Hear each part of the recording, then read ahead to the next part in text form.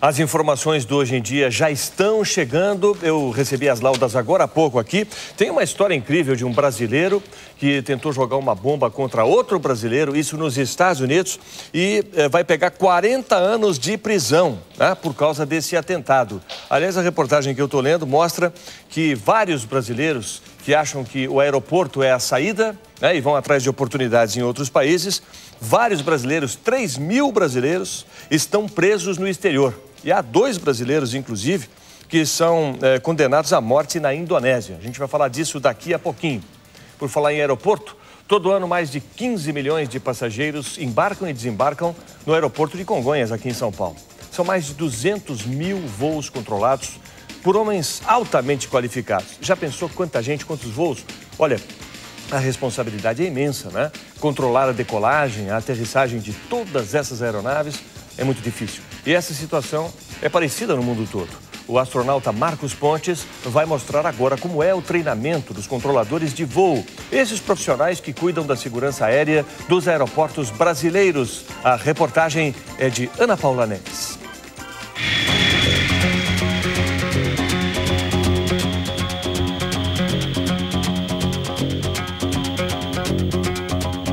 Na cidade que não para, quem controla o trânsito nos céus são esses profissionais. 1350, autorizado o táxi via Hotel e Mike. Próximo ponto de espera, monitore torre 127 decimal no centro. 54 controladores de voo da Torre de Congonhas autorizam pousos e decolagens, remanejam voos quando a pista está fechada, decidem quando é seguro chegar ou sair da cidade por essa rota. Congonhas é 100% seguro. Eu considero 100% seguro porque nós já estamos, na realidade, à frente, em termos de equipamentos, já preparados para uma demanda futura do tráfego. Da torre, os controladores conseguem ter uma visão completa. E o que escapar ao alcance dos olhos pode ser aproximado pela lente das câmeras. Daqui, militares que trabalhavam na noite de 17 de julho do ano passado viram o maior desastre da aviação brasileira. O Airbus da TAM se chocou contra o prédio da mesma companhia. Todas as 187 pessoas a bordo morreram. Outras 12 que trabalhavam no edifício ou passavam pelo local também perderam a vida.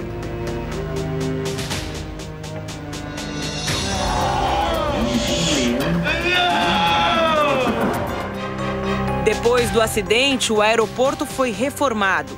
As 2 pistas ficaram maiores, mas um outro incidente trouxe de volta o medo.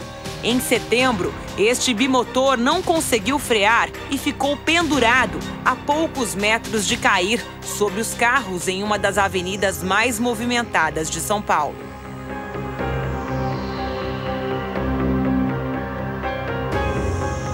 Apesar do tráfego intenso, um pouso ou decolagem a cada 3 minutos, o que mais compromete a segurança nesta área são os balões e as rádios pirata. Reduz o sinal de aproximação 57. Na Sociedade FM, um resumo das músicas mais executadas em todas as rádios do país.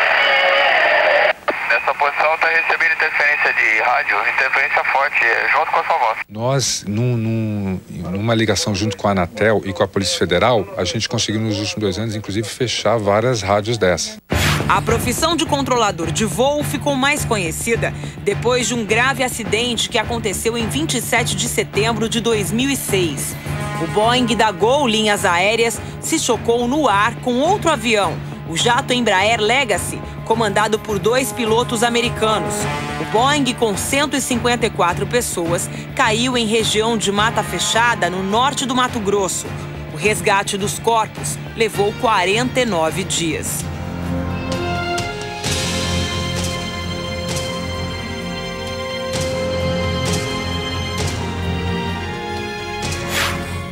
A aeronave pilotada por americanos pousou na base militar da Serra do Cachimbo, no Pará. Ninguém ficou ferido. Na época, os controladores do Sindacta de Brasília, que monitoravam as 2 aeronaves, foram apontados como possíveis responsáveis pelo acidente. Os profissionais rebateram a acusação, dizendo que um dos aviões não foi localizado por radares locais. 2 anos depois do acidente, a aeronáutica divulgou um relatório afirmando que não há áreas sem cobertura de radar.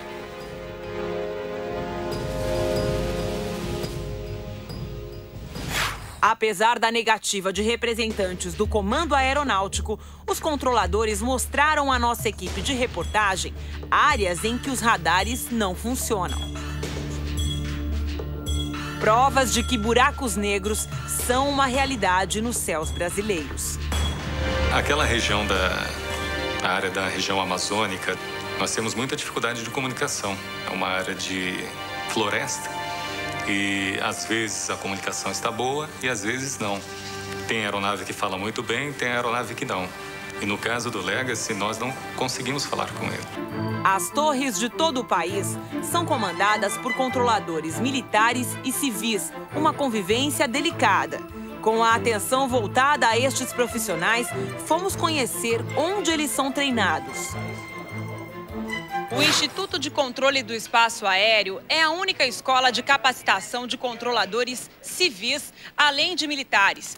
E a tecnologia é aliada desses futuros profissionais, que aprendem aqui, no mundo virtual, exatamente o que vão encontrar no dia a dia do tráfego aéreo brasileiro. Os incidentes não afastaram candidatos.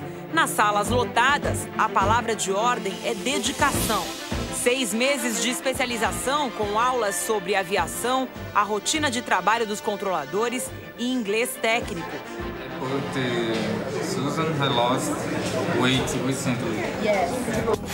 Um herói brasileiro do espaço sabe a importância desse profissional no cenário ainda caótico dos controladores de voo.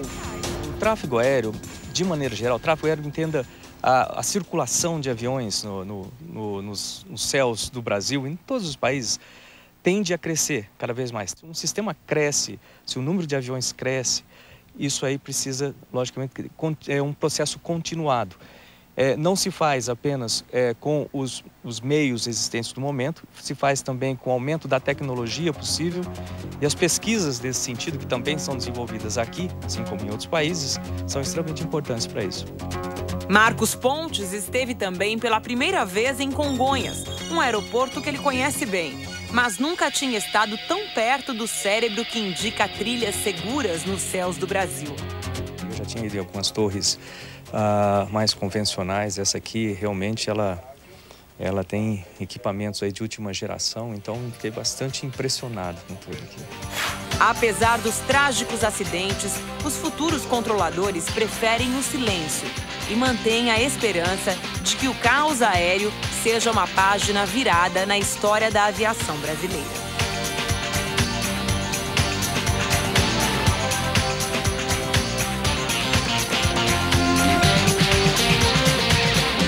Muito se falou, muito se discutiu logo depois dos acidentes terríveis que aconteceram aqui no Brasil, acidentes aéreos, a respeito dessa profissão dos controladores de voo, não é? Inclusive se disse que a formação desses profissionais era um tanto quanto limitada, que muitos sequer sabiam falar o inglês fluente, e acho que essa reportagem nos dá bem a dimensão da importância e da responsabilidade desses profissionais, os controladores de voo. E nos dá esperança também de que a situação já tenha sido resolvida. Se falou até da desmilitarização desse tipo de serviço, mas o que importa para nós é ter a garantia, a segurança e a confiança de que nós vamos voar com toda a tranquilidade, sem risco de acidentes aéreos. Essa reportagem mostra que a situação melhorou bastante. E o nosso abraço aqui do Hoje em Dia a esses profissionais, os controladores de voo.